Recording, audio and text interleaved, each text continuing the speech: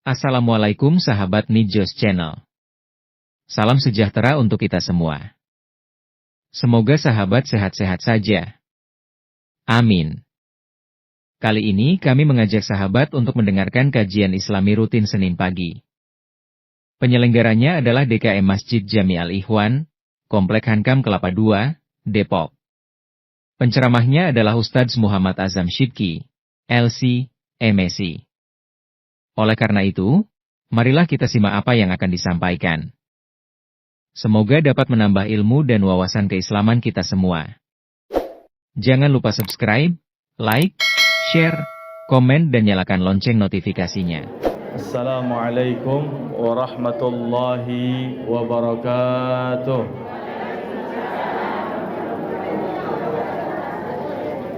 Baik. Jamaah sekalian yang dimuliakan Allah Subhanahu wa taala.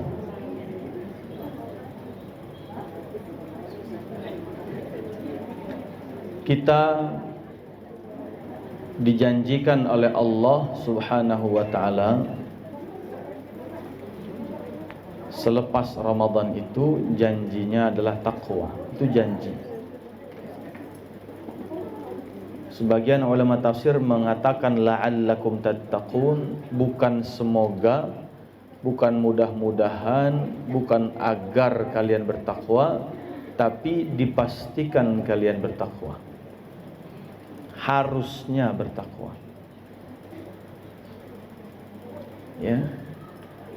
Tetapi tidak semua anak yang usianya 14 tahun adalah kelas 2 SMP. Tergantung dia lulus enggak setiap tahunnya. Tidak semua yang ikut bulan Ramadan itu jadi bertakwa. Tergantung lulus enggak ketika hari demi harinya selama Ramadan dengan segala ujian ketakwaan itu. Nah, ujian ketakwaan itu ada pada apa? Dan karakteristik orang yang bertakwa itu ada apa saja? Pada kesempatan pagi ini kita kutip satu hadis Rasul sallallahu alaihi wasallam, hadis yang diriwayatkan dari sahabat Nabi namanya Sa'ad bin Abi Waqqas. Siapa Bu? Sa'ad bin Abi Waqqas. Seorang pemanah ulung, termasuk satu di antara 10 sahabat Nabi yang dijamin masuk surga. Sahabat Nabi yang didoakan Allahumma saddid ramyahu, ya Allah, kapanpun saat melesatkan anak panah, maka tepatkanlah pada sasarannya. Maka tidak ada satupun anak panahnya Sa'ad bin Abi Waqqas kecuali semuanya itu tepat sasaran dan kemudian mematikan. Nah, sahabat Nabi Sa'ad bin Abi Waqqas ini pernah menyampaikan hadis dari baginda Rasul sallallahu alaihi wasallam. Bunyi hadisnya, Bismillahirrahmanirrahim. Innallaha, sesungguhnya Allah, yuhibbu, mencintai, al-abda, seorang hamba, at-taqiyya, yang bertakwa, al-ghaniyya, yang ghani, al-khafiyya, yang khafi. Innallaha yuhibbul 'abdal innallaha yuhibbul 'abdat taqiyyal ghaniyyal khafiyya. Innallaha, sesungguhnya Allah, yuhibbu, akan selalu mencintai, al-abda, seorang hamba, at-taqiyya, yang bertakwa, al-ghaniyya, yang ghani, al-khafiyya, yang khafi. Jadi pada hadis itu Rasulullah sallallahu alaihi wasallam mengisyaratkan agar kita memvalidasi ketakwaan kita itu dengan dua cara. Apakah ada dalam diri kita sifat ghani? Apakah ada dalam diri kita sifat khafi? Dua aja nih karakternya, Bu. Ghani dan khafi. Ya, al-ghani dan al-khafi. Apa makna al-ghani? Secara bahasa terjemahannya maknanya kaya. Tetapi kalau artinya sesungguhnya Allah mencintai hambanya yang bertakwa yang kaya, berarti cinta Allah terbatas. Tidak semua kaya secara harta. Berarti yang maaf misalnya tidak kaya, berarti nggak dicintain Allah dong. Kalau begitu Allah adil nggak? Enggak. Dan Allah punya nama Al-Adil, yang maha adil. Berarti tidak boleh diterjemahkan menjadi yang kaya. Berarti harus disyarah hadis ini, tidak hanya diterjemahkan. Sama seperti Al-Quran, kalau belajarnya hanya terjemah, tidak belajar tafsir, kita bisa tidak mendalam memahami satu kandungan ayat. Nah, apa makna al-ghani? Yang menjelaskannya justru Rasulullah sallallahu alaihi wasallam juga dalam hadis yang lain. Hadisnya diriwayatkan dari sahabat Nabi namanya Abdurrahman bin Sakhar. Bahasa Arabnya kucing, Hirrah, kucing kecil, Hurairah. Karena dia suka kucing kecil, maka dia diberi gelar Abu Hurairah. Nama aslinya Abdurrahman bin Sakhar. Ya. Kata Sayyidina Abu Hurairah radhiyallahu taala anhu bahwa Rasulullah sallallahu alaihi wasallam bersabda, "Laisal ghina an kasratil 'arad, walakinnal ghina ghinan nafs." Yang namanya kaya itu bukan kaya harta, tapi kaya itu adalah kaya jiwa. Kekayaan jiwa itu seperti apa? Disyarah oleh para ulama salaf dengan penjelasan yang saya kutip.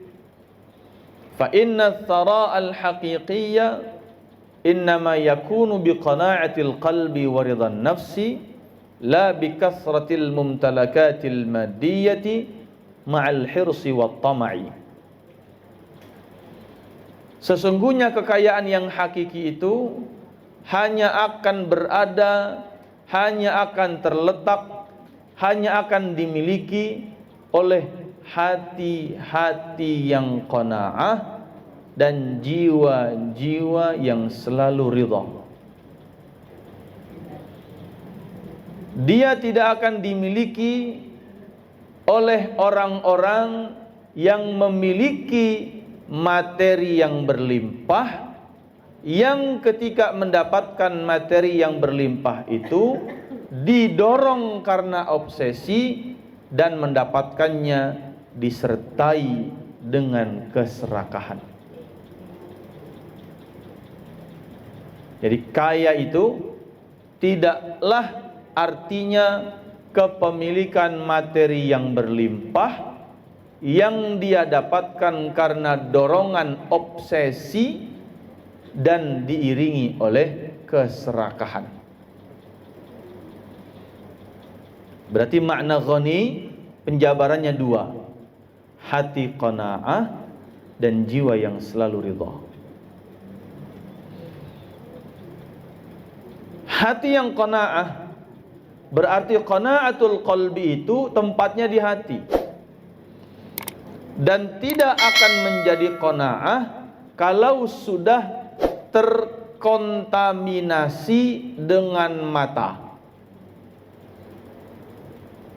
dengan rasa, dengan logika, dengan angka, dengan matematika, dengan gengsi.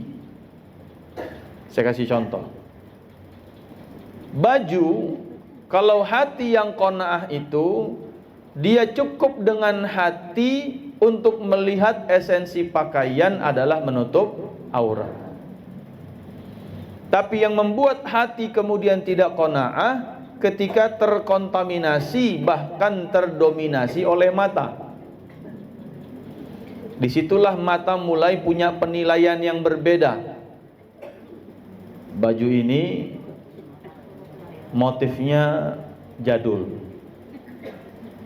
warnanya bukan kesukaan saya, payetnya nggak ada, puringnya juga nggak ada, bukan bordiran.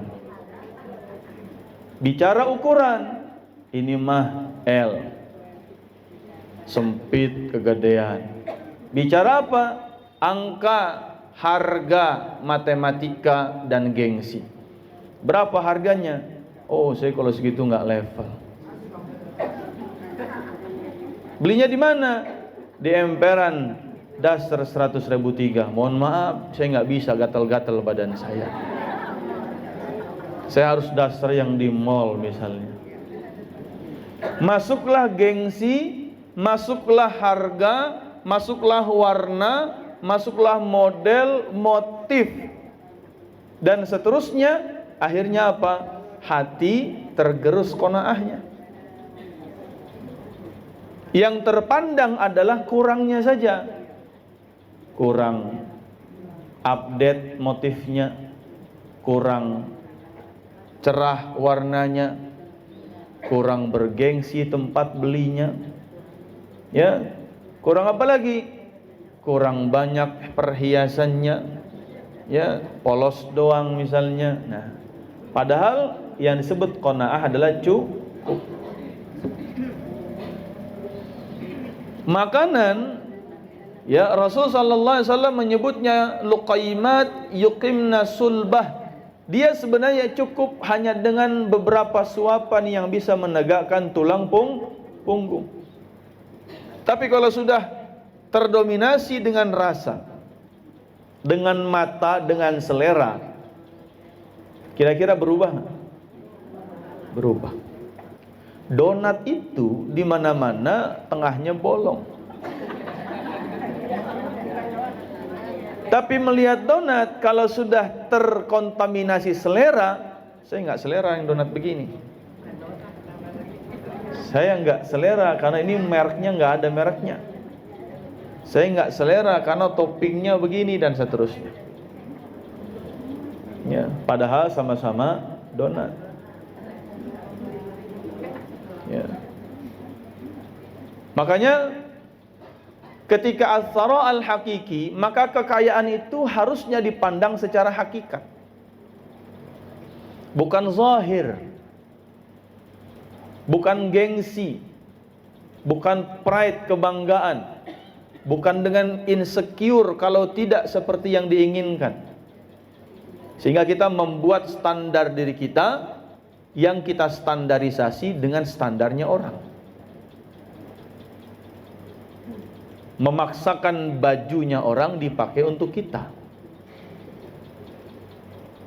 yang sejatinya tidak selamanya pas.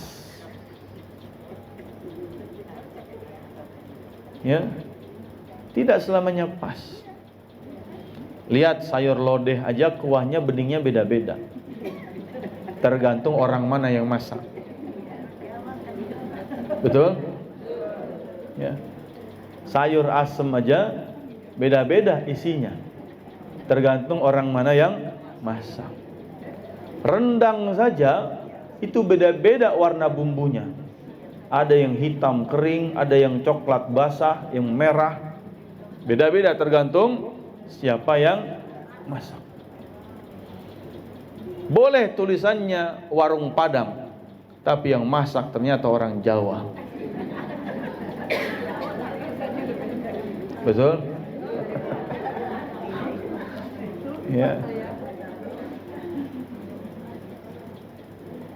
Makanya ibu-ibu sekalian, Ramadan kemarin karena Allah menjanjikan la'allakum tattaqun, kalau kita memahami bahwa takwa itu adalah tentang kayanya jiwa, yang dimaksud kayanya jiwa adalah hati yang qanaah. Nabi sudah ngasih simbol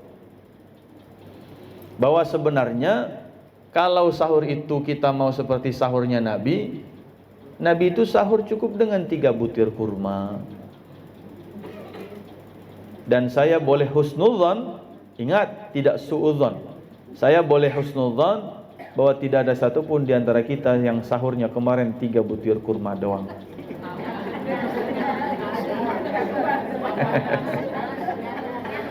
Karena apa? Mindsetnya sahur itu supaya siang tidak lapar. Perintahnya Nabi, sahurlah karena dalam sahur ada berkah. Tasahharu fa inna fis sahuri barakah. Dan sadar tidak sadar, mindset itu kita tularkan kepada anak. Anak saya kelas 1 SD. Kemarin ikutan sahur puasa, alhamdulillah dapat 28 hari dia. Kemudian setiap sahur kita ngelihat dia makannya sedikit. Hati orang tua kan perih juga gitu ya. Dengan kemudian tidak sadar kita ternyata menanamkan kalimat yang salah. Kak, makan yang banyak tuh, biar kuat tuh, benar. Makan yang banyak biar enggak lapar. Padahal saya pikir-pikir, Bu, makan banyak makan sedikit enggak makan, siangnya sama-sama lapar.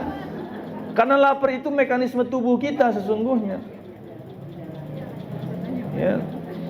Jadi kita tanamkan makan yang banyak, bukan makan yang cukup. Mari saya evaluasi, oh iya benar, salah kita ini, ya. Bagaimana dengan qanaahnya dalam berbuka puasa? Nabi juga bikin standar sesungguhnya, sederhana sekali.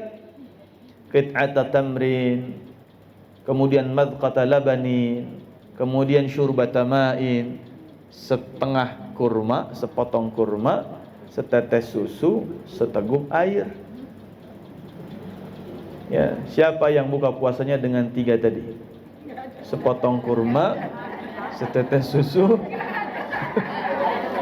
seteguk air.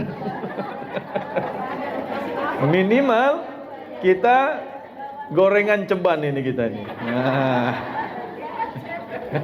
Gorengan ceban ya 5.004 berarti ceban berapa? 8. Nah, ini dia.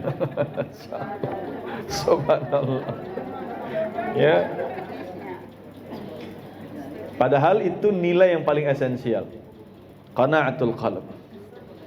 Nah, sebenarnya kalau kita bicara tentang rizki, Nabi sudah kasih tahu, rizki itu adalah apa yang bisa sampai mulut kita dan kemudian kita makan. Kemudian setelah kita makan jadi kotoran, itulah rizki. Berarti tidak semua makanan yang kita miliki di dalam rumah kita, baik di kulkasnya, baik di raknya, baik di lemari penyimpanannya, baik di dalam rice cookernya, baik di atas meja makannya, belum tentu itu jadi rizki kita. Ibu masak nasi, ya kan?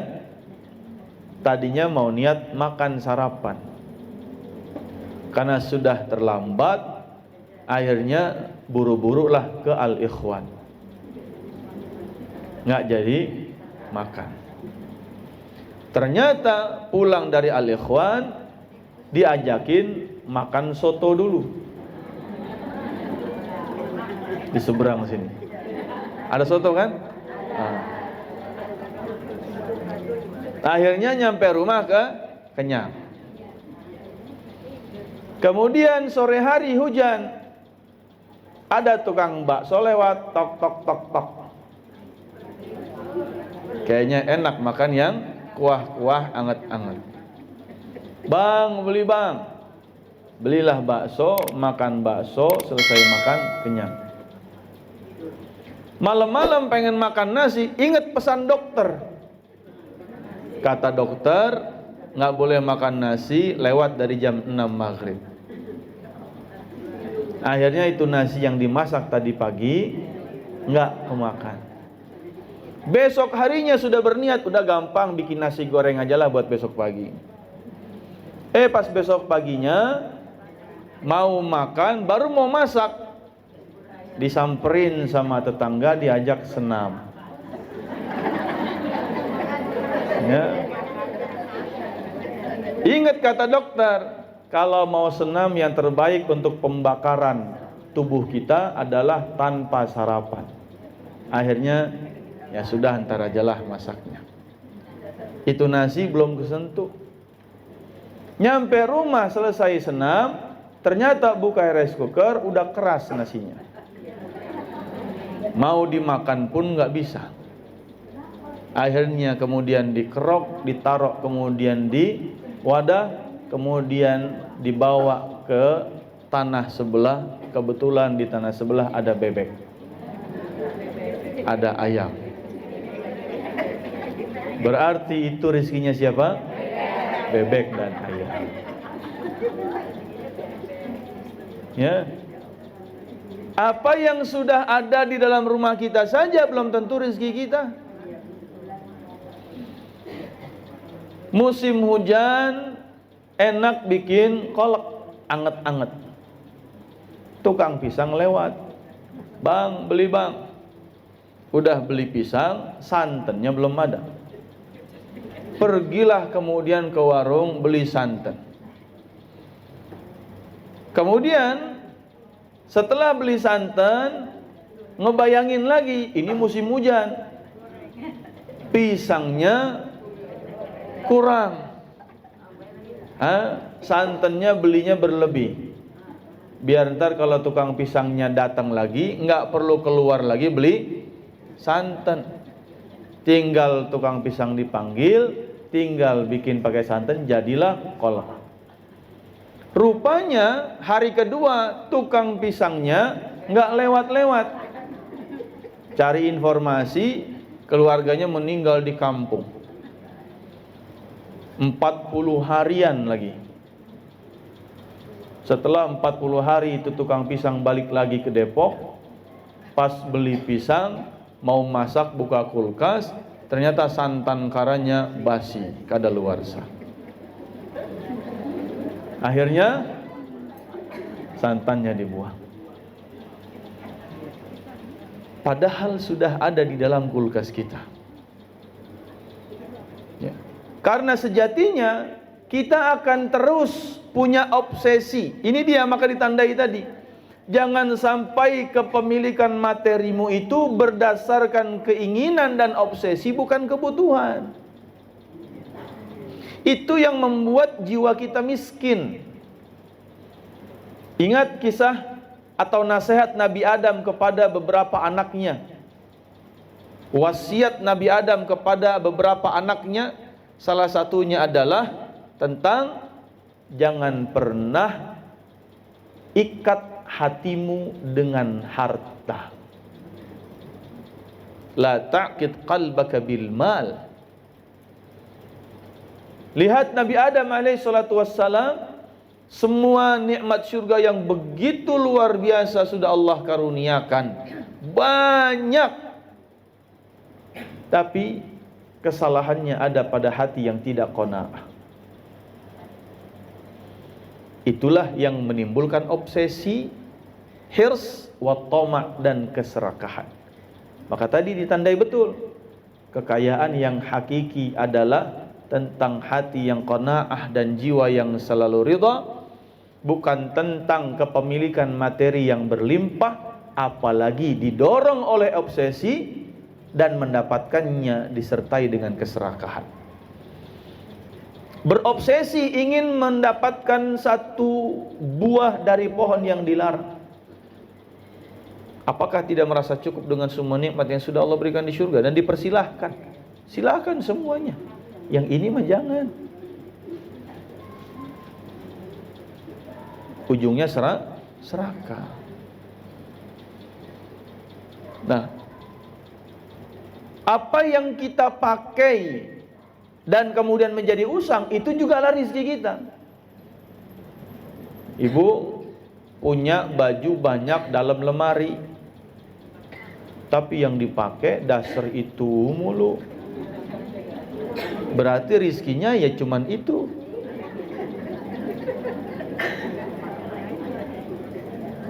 Yang lain yang gak pernah dipakai berarti bukan rizki. Punya emas banyak, disimpan doang, gak pernah dipakai. Mau dipakai semua juga takut ngalahin Hotman Paris kita. Ya. Akhirnya apa? Cuman disimpan. Ada salah seorang jamaah cerita bahwa setiap tahun harus berpikir menyiapkan uang 30 juta buat bayar zakat mal logam mulianya. Padahal pensiunan seorang guru saja 30 juta, 2,5%-nya itu sehingga menjadi 30 juta berarti 1,2 M. 1,2 M kali 2,5%, 30 juta. 1,2 M, kalau sekarang harga emasnya adalah 3 juta, berarti dia punya 400 gram.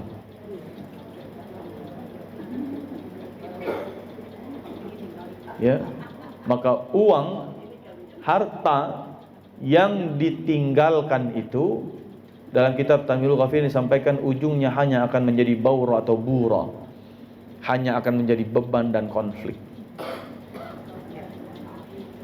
Ya, Selasa 2 pekan lalu saya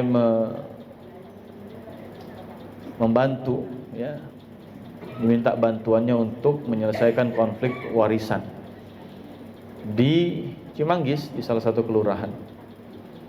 Ada seorang yang meninggal dunia, almarhum itu meninggal 2 tahun lalu meninggalnya, meninggalkan tanah 738 meter persegi di jalan utama. Duit bukan, Bu? Tanah, kan saya bilang tanah tadi. Mikirnya udah duit aja ini ya. Kalau belum kejual mah belum jadi duit, Bu. Kan saya bilang 738 meter persegi. Duit bukan? Bukan, tanah. Kalau dijual dapat duit baru jadi duit, kan gitu. Kalau misalnya di depan jalan utama itu rata-rata 20 juta per meter. Berapa itu? 14 M, hampir 15 M. Di dalamnya ada satu rumah besar, 4 kontrakan. Orang Betawi yang punya. Ya. Beliau almarhum kalalah, nggak punya anak, nggak punya orang tua. Orang tua ada meninggal, anak nggak punya. Dalam Al-Quran warisannya jadi jatuh kepada siapa? Saudara kandung. Saudara kandungnya ada 3 orang udah meninggal dunia semua sebelum dia. Akhirnya yang ribut siapa? Ponakan-ponakan. Didudukkanlah satu persatu, dijelaskan, dikasih edukasi, pelan-pelan sampai pada masing-masing jatahnya sekian. Ahli waris yang berhak siapa sajanya kita jelaskan. Ada yang nggak kebagian? Karena memang dia terhijab, dia bukan ashabul furud, bukan asabah, maka tidak berhak walaupun statusnya sama-sama ponakan. Akhirnya tangis-tangislah, peluk-peluk, minta maaf, selesai. Saya kira selesai. Hari Selasa siang saya pulang. Kamis pagi 2 hari berikutnya saya di WA. Assalamualaikum Ustaz, mohon doanya, ternyata keluarga sana belum ridho, belum rela.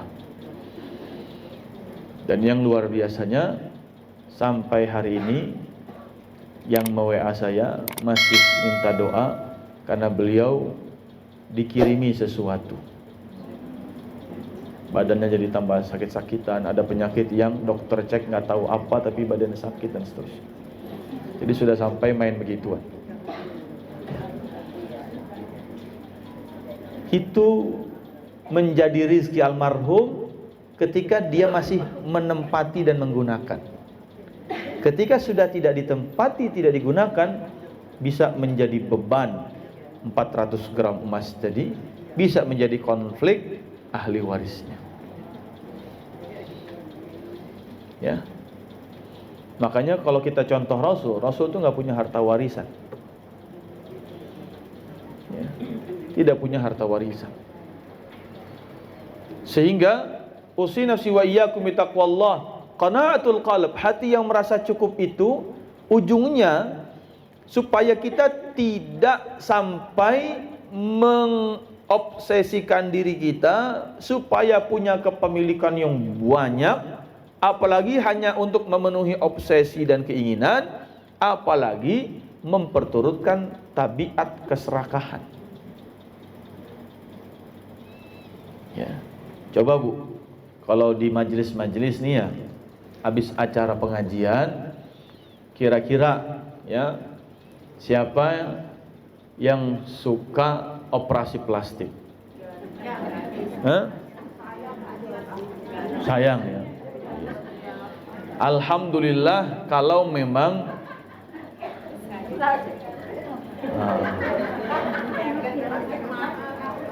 plastik mahal. Sekarang operasi tisu aja dah. Selama ada tisu, kemudian kebetulan tasnya pas lagi bawa yang paling gede, kemudian ada snack yang masih kesisa, itu kira-kira bersih nggak itu nampannya? Bersih.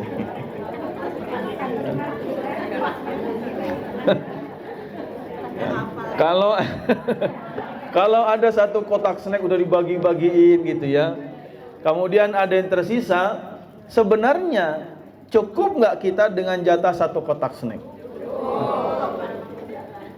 Tapi dorongannya adalah kadang-kadang apa? Ya, ingat cucu di rumah lah, ya, ingat anak bungsu lah, terus masuk lagi. Pisang kukusnya dimasukin, ya. Ada kelengkeng dimasukin, ya kan? Padahal kelengkeng itu buah yang paling cepat busuk, ya.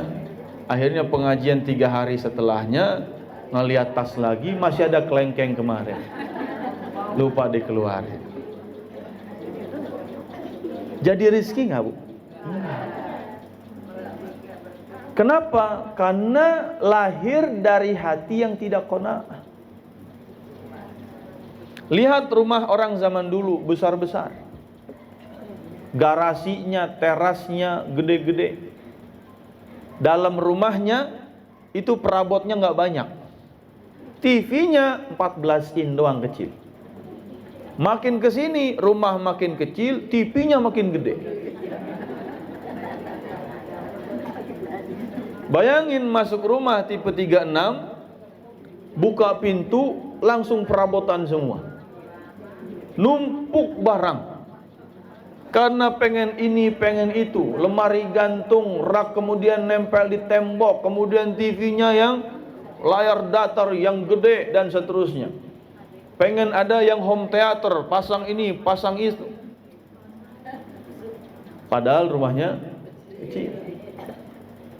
Saya ingin menggambarkan orang zaman dulu itu hatinya lapang-lapang, dunianya nggak banyak dimasukin ke dalam. Bayangin kalau sekarang sudah hati sempit, dunianya dimasukin semua ke dalam, penat Bu. Ya kan? Makanya orang zaman dulu makanya anteng-anteng aja.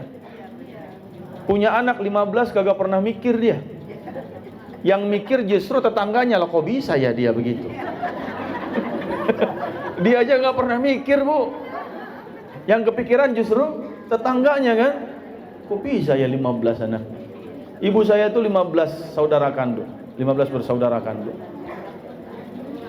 Tapi anak orang zaman sekarang coba, siapa yang siap punya anak 15 coba?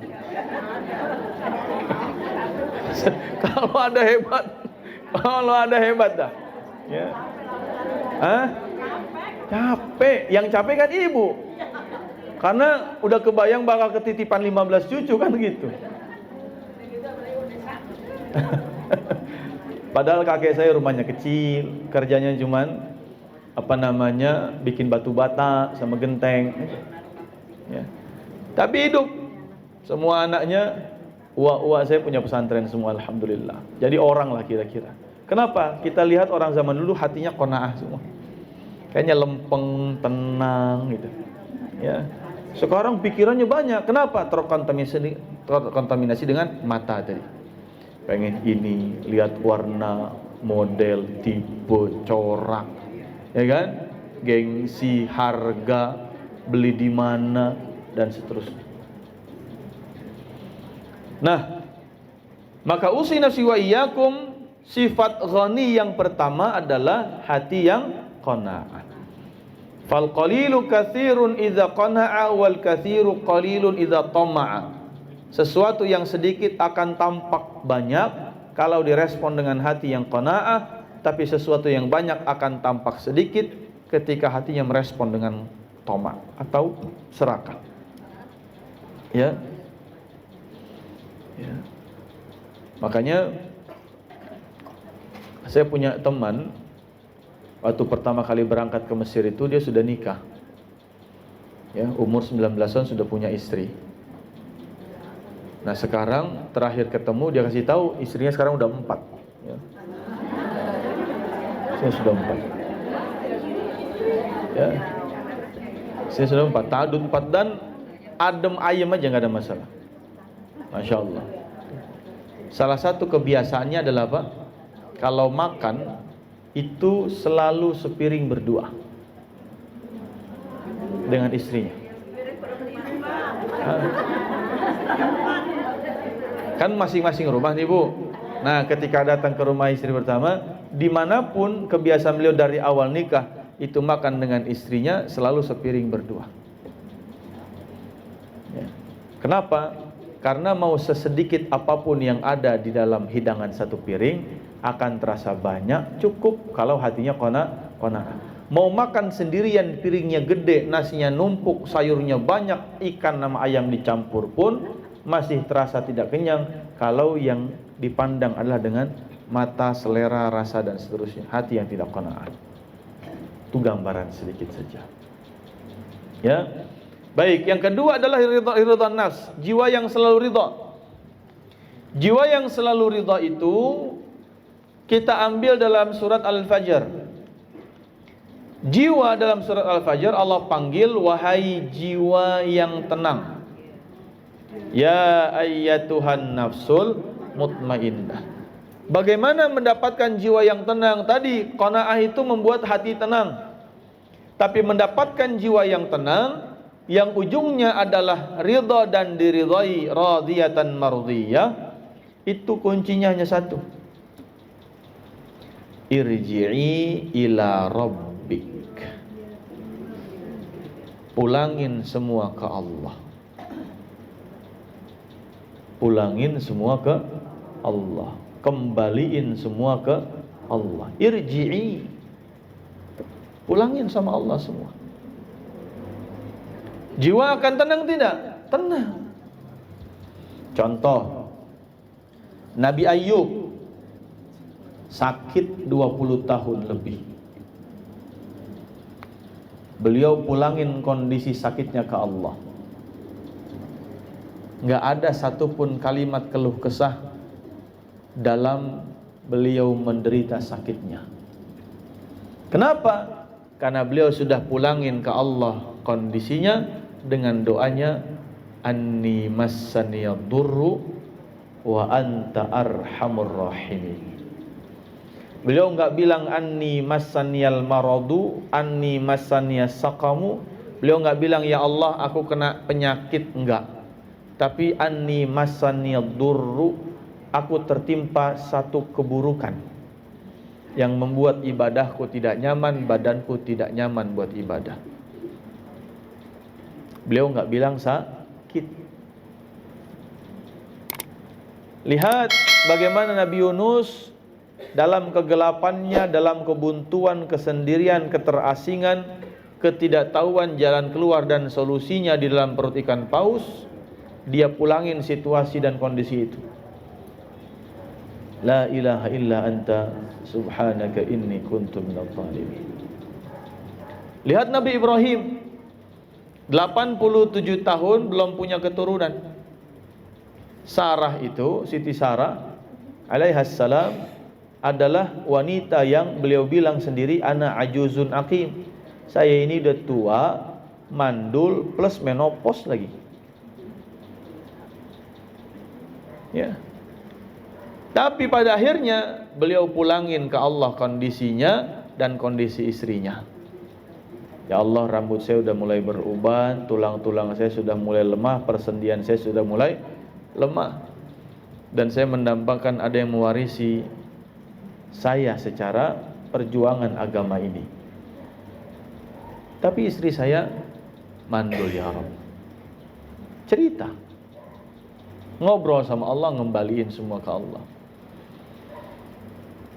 Sebab kalau kita ragu dengan kehendak Allah, berarti kita mengingkari kemampuan Allah menghadirkan Isa tanpa ayah, menghadirkan Adam tanpa ibu dan ayah. Mandul tidak menjadi alasan wahai Ibrahim. Menopause tidak menjadi alasan wahai Ibrahim. Aku memberikan kepadamu anak, bagiku gampang. Lihat dong Isa, lihat dong Adam, aku bisa kok. Kan gitu kira-kira, Bu. Ya. Ramadan kemarin salah seorang jamaah, kemudian putranya akhirnya bercerai dengan istrinya dalam usia pernikahan baru 5 tahun. Perceraiannya baik-baik. Kenapa sebabnya, Bu?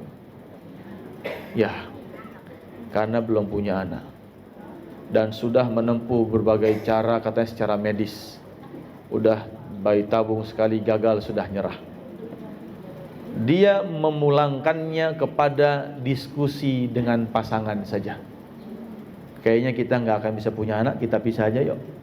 Tapi dia belum memulangkannya kepada Allah. Saya bilang, saya tuh 6 tahun bang, saya tahu perasaan istri abang bagaimana. Bagaimana istri saya dulu, ke kondangan nggak mau, acara keluarga besar juga segen. Kenapa? Ditanyain mulu. Merasa dibanding-bandingkan dengan ipar-ipar yang lain yang sudah punya anak misalnya. Saya ngerasain itu. Saya ngerti perasaannya. Cuman bayangin perempuan sudah dalam kondisi drop, kemudian diceraikan pula. Ya. Apa masalahnya? Karena nggak mulangin ke Allah, itu masalahnya. Gusar hatinya. Seolah-olah solusi paling satu-satunya hanya pisah. Lupa bahwa Adam lahir tanpa rahim. Adam lahir tanpa sel telur. Adam lahir tanpa sperma. Ishak lahir, ibunya mandul. Ishak lahir, ibunya sudah menopause. Lah kok bisa? Allah yang mau. Lihat Nabi Sulaiman, beliau jalan kemudian ngedengerin suara apa? Bentar. Ada semut tuh lagi diskusi itu sama ratunya. Semut ngobrol, beliau bisa dengar. Kemuliaan bukan? Kemuliaan. Lagi inspeksi barisan, hut-hut datang dari kejauhan lapor. Wahai Sulaiman, sambil ngos-ngosan, saya ngelihat di sono jauh di Sabak sana ada ratu kerajaan yang masih nyembah matahari. Bisa bahasa burung. Kemudian bisa berkendaraan dengan apa? Dengan awan. Bisa ngebelokin angin. Angin disuruh belok kiri, angin disuruh belok kanan. Yang jelas Nabi Sulaiman nggak pernah sen kiri belok kanan. Itu cuman orang PGS kayaknya yang begitu. Pokoknya kata Nabi Sulaiman, angin belok kiri dia. Angin belok kanan. Kemudian apa? Kerajaan Sabah, istananya Balqis dipindahkan. Hanya setakaran waktu, tidak sampai sekejap mata. Dari Sabah ke Palestina, Bu. Sabah itu di Yaman. Yaman ke Palestina berapa ratus kilo. Istana gede dipindahin seketika. Kemuliaan yang Allah berikan kepada Sulaiman luar biasa. Kekuasaannya terbentang dari barat sampai timur. Yang dalam tafsirnya Ali As-Sabuni mengatakan bahwa ada dua raja muslim di dunia ini yang tidak pernah tersaingi kekuasaannya.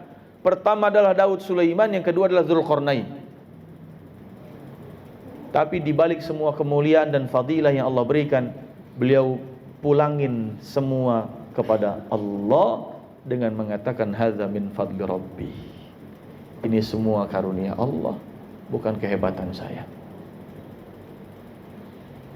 Lihat Nabi Muhammad sallallahu alaihi wasallam. Di Taif dilemparin batu, ditawarin bukit Taif ditimpain ke penduduknya. Nabi pulangin kondisinya yang lagi berdarah-darah ke Allah saja. Enggak marah. Enggak bilang malaikat udah timpain aja mereka, enggak. Pulangin aja ke Allah. Ya Rabb, itu kaum saya. Dia belum ngerti, mereka belum paham. Tolong kasih mereka hidayah ya Allah. Jadi Bu, yang namanya orang bertakwa, yang disebut ghani, kaya jiwanya itu adalah kalau jiwanya selalu ridha. Dan jiwa yang ridha itu rumusnya jelas. Irji'i ila rabbiki radiyatan mardiyah. Jiwa yang tenang, ya ayyatuhan nafsul mutmainnah, yang akan ridha dan selalu diridhai oleh Allah adalah yang irji'i ila rabbiki, yang mulangin semua ke Allah. Ya. Sehingga baginya tidak ada sama sekali tendensi apapun atas apa yang Allah takdirkan atas hidupnya. Sakit tenang, sehat juga tenang saja, kaya tenang, kemudian cukup tenang. Ya. Kenapa? Karena kalau dalam kelapangan dan kekayaan, dalam sehatnya hati pun tidak tenang, yang ada apa? OKB. Apa OKB? Orang kaya belakangan. Yang lebih dulu dibandingkan dia banyak, dia mau belakangan aja itu. Itu kalau Korun masih hidup diketawain dia begitu tuh. Lah Korun mamerin apa? Kunci brankas yang gede. Yang kuncinya dibawa keliling kota oleh orang-orang yang paling kuat di zamannya. Banyak orang yang ngangkut kuncinya doang. Ya. Kalau kuncinya segede seberat itu, gimana brankasnya? Orang zaman sekarang OKB banyak juga yang suka pamer kunci. Lihat aja di mall, Bu. Dompet kunci mobilnya dimasukin, kuncinya ditongolin keluar. Hah? Mana-mana. Bahkan kunci rumah yang dari styrofoam aja pas lagi serah terima bangunan STB dipoto juga. Alhamdulillah guys, baru serah terima kunci rumah. Kuncinya mah gede, cuman styrofoam. Habis itu diupload di status WA. Itu kalau Korun masih hidup, Bu, diketawain kita sama dia. Kunci dia lebih gede, lebih berat, hartanya lebih banyak. Maka kalau punya kelapangan pun hati tenang, biasa-biasa saja. Ya, dalam kesempitan pun hati tenang, biasa-biasa saja. Apalagi ya, 2 pekan yang lalu saya diskusi dengan salah seorang peneliti sampai kurang lebih jam setengah 11 malam. Beliau S1-nya politik, S2-nya ekonomi. Saya bilang, Pak, ini pembacaan Bapak tentang geopolitik sekarang bagaimana? Selat Hormuz, Iran, Amerika, Israel, dan seterusnya. Secara politik dan ekonomi saya tanya. Karena beliau itu ilmunya. Sederhana jawabannya. Perbaikan infrastruktur kilang minyak di negara-negara teluk yang banyak hancur karena rudal, itu baru bisa dikembalikan kondisinya seperti semula. Dari sisi produktivitasnya, kalau perang itu selesai hari ini, mereka baru mulai merekonstruksi ulang seluruh kilang minyak dan infrastruktur kilang minyak mereka, itu baru selesai 5 tahun lagi. Itu kalau perangnya selesai hari ini. Sementara perangnya belum selesai. Maka secara ekonomi, ya, bahasa sederhananya, siap-siap krisis paling sebentar 5 tahun ke depan. Itu paling sebentar. 3 sampai 5 tahun. Apalagi Qatar. Itu pernyataan dari Qatar. Dan banyak negara yang net importir dari Qatar itu membatalkan kontrak impornya. Kenapa? Karena force majeure. Karena kejadian luar biasa perang. Jadi banyak yang nggak jadi ngambil minyak dari Qatar. Dan Qatar baru akan bisa lagi memproduksi dan juga distribusi minyak setelah semua infrastruktur kilang minyaknya sudah terrekonstruksi ulang, dan kemudian itu baru terjadi 5 tahun ke depan kalau perangnya selesai hari ini. Itu kata Qatar. Kalau belum perang, belum selesai, mereka nggak mau benerin lah. Percuma ntar dibenerin, duit keluar lagi, tiba-tiba dirudal lagi, habis lagi. Selesai dulu perangnya, kata mereka. Ya, Iran sudah bilang kerugian mereka dalam perang kurang lebih di angka 4.000 triliunan. Sudah rilis angkanya. Nah, di kita imbasnya apa? Ya, di kita imbasnya sudah mulai tampak di beberapa BBM, plastik, betul. Beliau bilang yang paling terdampak pertama aftur. Makanya transportasi udara itu sudah mulai banyak yang tutup rute panjang, kecuali rute jarak pendek dan rute domestik. Dan ini terkonfirmasi. Lebaran kemarin saya punya teman orang Betawi asli Depok, tapi istrinya orang Bengkulu. Pulang kampung beliau ke Bengkulu, 4 orang. Beliau, istrinya, 2 anaknya.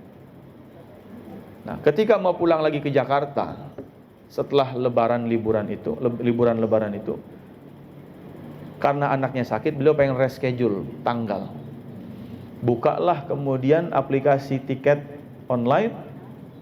Ternyata harga satu tiket Bengkulu Jakarta 23 juta. Kali 4 berapa itu?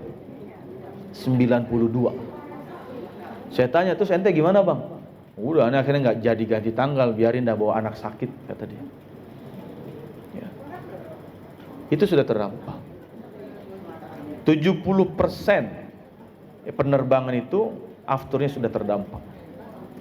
Kemudian ini kata beliau, dan penelitiannya juga dari jurnal internasional juga, artikel-artikel yang ada, beliau teliti dan kaji. Kemudian yang kedua yang terdampak apa? Solar. Ya. Dan diesel itu atau solar itu bahan bakar diesel. Dan kita sudah ada antisipasinya dengan energi alternatifnya biodiesel B50 menggunakan kelapa sawit. Sudah diinstruksikan sama presiden kita pakai kemudian kelapa sawit untuk energi alternatif itu. Tapi resikonya Bu, kita punya cadangan 4 juta kiloliter itu kelapa sawit itu. Ya, kalau diperuntukkan berarti buat bahan bakar atau energi, berarti konsekuensinya banyak minyak kelapa sawit yang berubah menjadi minyak gorengnya menjadi berkurang pasokannya. Ujung-ujungnya minyak gorengnya naik. Sudah naik belum? Sudah. Jadi tahu ya alurnya kenapa begini begitu. Dan kebanyakan yang pakai diesel solar itu adalah mesin-mesin diesel yang kebanyakan mobilnya mobil-mobil angkut besar. Berarti jalur distribusi terganggu ini. Makanya wajar harga-harga naik. Saya beli nasi uduk, saya bilang, "Pok, ini gorengan masih goceng 4 kan? 3 banget nih." Loh kok bisa 3? Saya kira lebaran ya, bukan, plastik naik banget ya. Kemarin masih 12.000, sekarang 19.000 banget tadi begitu. Orang Betawi. Luar biasa Bu ternyata, 19.000. Ya, itu kata beliau. Nah, setelah itu yang kenapa kita minyak itu tidak terlalu terdampak di awal-awal, tidak seperti Malaysia? Karena kita ngambil dari Teluk itu tidak terlalu banyak sebenarnya. Ya, kita ngambil dari Qatar itu nggak terlalu banyak, tapi kita beli banyak dari mana? Dari Afrika Tengah, Angola, Niger, kemudian dari Amerika, dari Singapura. Ngirim minyak mentah ke Singapura, diolah di sana, kita beli lagi kan gitu. Tapi yang luar biasa akan terdampak apa? Gas. Karena kita 80% itu gasnya impor. Ya. Jalur distribusinya terganggu saja, jalur pasokan gas terganggu saja, waktu itu sampai ngantri panjang pakai KTP, sampai ada satu orang meninggal, itu huru-haranya se-Indonesia kan, protesnya. Dan itu isu yang paling gampang untuk menjatuhkan pemimpin siapapun. Makanya hati-hati isu-isu begitu. Apalagi kalau ketersediaan stoknya terganggu. Waduh, ini bisa goncang. Dan harga sudah naik juga kan? Yang 12 kilo 250 kalau nggak salah ya. Kalau yang 3 kilo masih subsidi ya? Masih. Nah, saya ingin mengatakan apa? Kalau hati kita gelisah, risau, nggak mulangin ke Allah, ini kondisi, ujung-ujungnya hati kita nggak akan tenang. Maka yang bisa menyelamatkan itu adalah apa? Hati yang qanaah, jiwa yang ridho saja. Cukup saja ya. Kalau kata menteri kita, kalau masakan sudah matang, ya udah gasnya cukup matiin lagi kan begitu. Ya emang dimatiin sih. Kan saya bilang kata beliau bukan kata saya. Ya. Iya. Makanya jangan dinyalain terus Bu gasnya, kan gitu ya. Saya cukup gitu.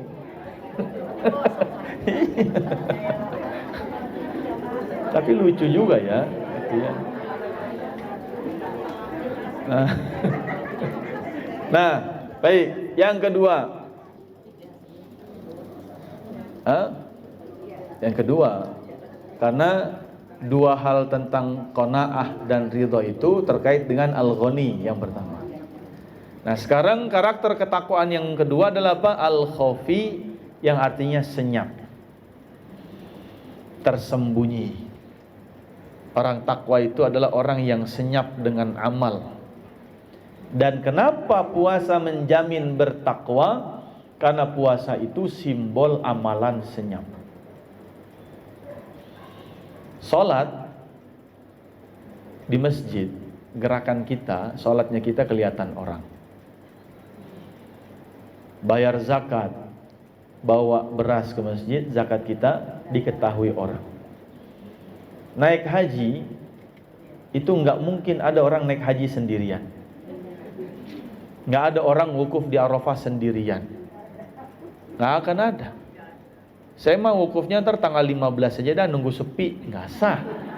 Wukuf harus tanggal 9. Mau nggak mau kelihatan orang. Tapi puasa Bu, nggak ada yang tahu. Di sini siapa yang puasa, saya nggak ada yang tahu. Ya. Belum tentu muka lemes tanda lagi puasa. Betul? Belum tentu yang badannya seger karena tadi makan sahur, enggak jadi jaminan.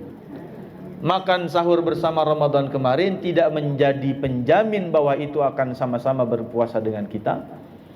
Dan iftar jama'i, buka puasa bersama pun tidak menjadi bukti bahwa yang datang adalah semua yang berpuasa.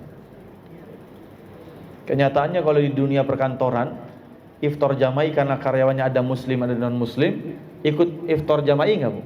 Ikut semua karyawannya. Dan saya nggak tahu mana yang muslim mana yang bukan. Ya, Ramadan kemarin setelah sahur, anak saya jam 7 ikut sanlat, kita anterin. Sore-sore dia pulang, kemudian dia cerita sampai rumah. Bah, kenapa nak? Baba tahu nggak? Kenapa? Tadi pas kakak lagi ikut pesantren kilat, di musola ada teman kakak yang mokel bah katanya. Saya tanya, mokel kak? Apa mokel? Ya. Dia jelasin tuh dengan bahasa dia yang membuat saya tambah bingung, bukan tambah ngerti. Akhirnya saya buka Google. Mokel adalah gitu kan. Ternyata keluarlah artinya mokel itu. Ada orang Jawa di sini? Nah, ternyata bahasa Jawa. Kirain bahasa gaul anak Gen Z kali gitu kan. Ternyata saya konfirmasi ada jamaah yang bilang, Ustadz kalau kami di Jawa Tengah apa namanya motel katanya. Kalau Jawa Timur mokel katanya, gitu kan? Berarti benar ya? Jadi makan apa siang-siang gitu ya, diam-diam gitu ya, buka puasa belum waktunya lah kira-kira gitu. Nah, ketika anak saya cerita begitu bu, siapa yang jamin dia nggak ikut-ikutan juga di musola? Saya nggak tahu. Jadi puasa itu benar-benar simbol amalan senyap. Ya. Bukan tentang menahan lapar dan seterusnya. Buktinya tanpa puasa pun kita bisa nahan lapar kok. Buktinya orang yang kelaparan tidak puasa kok. Bisa dia nggak makan juga. Buktinya orang yang diet juga nggak puasa kok. Dia bisa nggak makan dan nggak minum. Tapi puasa adalah amalan senyap. Dan salah satu faktor turunnya rahmat Allah dalam rumah tangga adalah amalan senyap. Apa hadisnya? Riwayat dari Abu Hurairah radhiyallahu taala anhu warḍah. Rahimallahu imra'an qama minal laili fa shalla fa aqama imra'atahu fa in abat nadha biwajhiha al-ma' wa rahimallahu imra'atan qamat minal laili fa shallat fa aqamat zawjaha fa in aba nadhat biwajhihil ma. Allah akan turunkan rahmat pada satu rumah tangga jika dalam rumah tangga itu ada seorang suami yang bangun di malam hari kemudian dia qiyamul lail. Setelah selesai qiyamul lail baru dia bangunkan istrinya. Ketika istrinya nggak mau dibangunin maka dia percikan air di wajahnya. Sebaliknya Allah turunkan rahmat pada satu rumah tangga jika dalam rumah tangga itu ada seorang istri. Dia suka bangun di malam hari dan kemudian dia lanjutkan sholat. Setelah dia selesai sholat dia bangunkan suaminya. Kalau suaminya nggak mau maka dipercikan air di wajahnya. Hadis ini kalau kita baca begitu saja kayaknya normal-normal saja. Padahal ada pesan tersirat yang luar biasa. Apa pesannya bu? Rahmat Allah dalam rumah tangga itu terikat dengan kebiasaan suami atau istri yang kalau dia bangun di malam hari dia sholat dulu sendirian. Setelah dia sholat sendiriannya selesai baru dia bangunkan pasangannya, baik mengingatkan pasangannya juga untuk tahajud atau ngajak pasangannya untuk tahajud berjamaah. Seandainya pun terjadi sholat tahajud berjamaah, maka sesungguhnya sudah ada rokaat-rokaat tahajud yang lebih dahulu dilakukan oleh yang membangunkan tadi. Apa artinya? Bahkan suami sudah tahajud lebih dulu yang istrinya nggak perlu tahu. Bahkan istri sudah tahajud duluan yang suaminya juga nggak tahu. Hubungan yang paling intens manusia di dunia ini adalah hubungan suami istri. Hidup bersama satu rumah, satu kamar, tidur bersama, sekian tahun bercanda bersama. Ibaratnya biarin istri saya tahu berapa rekening saya, berapa ATM saya, berapa nomor sepatu baju saya. Dia tahu keburukan saya, dia tahu saya ngorok apa enggak, saya ngiler apa enggak. Dia tahu semua kebiasaan saya. Biarin. Tapi ya Rabb, yang penting dia nggak tahu tahajud saya. Kan itu kira-kira maknanya bu. Ya. Artinya apa? Artinya ketakwaan itu akan mendorong seseorang memprioritaskan beramalnya dalam senyap. Beberapa hari yang lalu ada salah seorang jamaah meninggal dunia. Almarhumah ibu-ibu berjuang menghadapi kanker 4 tahun. Terakhir mau kemo yang kedua di rumah sakit UI, qadarullah drop anfal kemudian meninggal dunia. Allah yarham. Nah, ketika meninggal dunia, Bu, persaksiannya itu justru dari teman-temannya. Suaminya nggak tahu. Suaminya baru tahu tentang kebiasaan istrinya setelah istrinya meninggal dunia. Jadi suaminya itu punya kebiasaan ngasih duit. Selain uang dapur, nih Mi, pokoknya uang ini terserah buat ngapain aja. Mau ke salon, mau belanja, mau beli apa, terserah. Tapi tiap bulan dikasih duit, kok rekeningnya kagak nambah-nambah? Kok alat kosmetiknya kagak ada yang wah gitu? Kok ke salon juga kayaknya kagak ada, kagak mempercantik diri dan tapi beliau tidak mau ngulik-ngulik gitu. Kemana duitnya sih Mi? Enggak. Dibiarin aja, orang udah dikasih. Ya. Tapi setelah meninggal beliau sedih. Ternyata teman-teman istrinya lah yang cerita.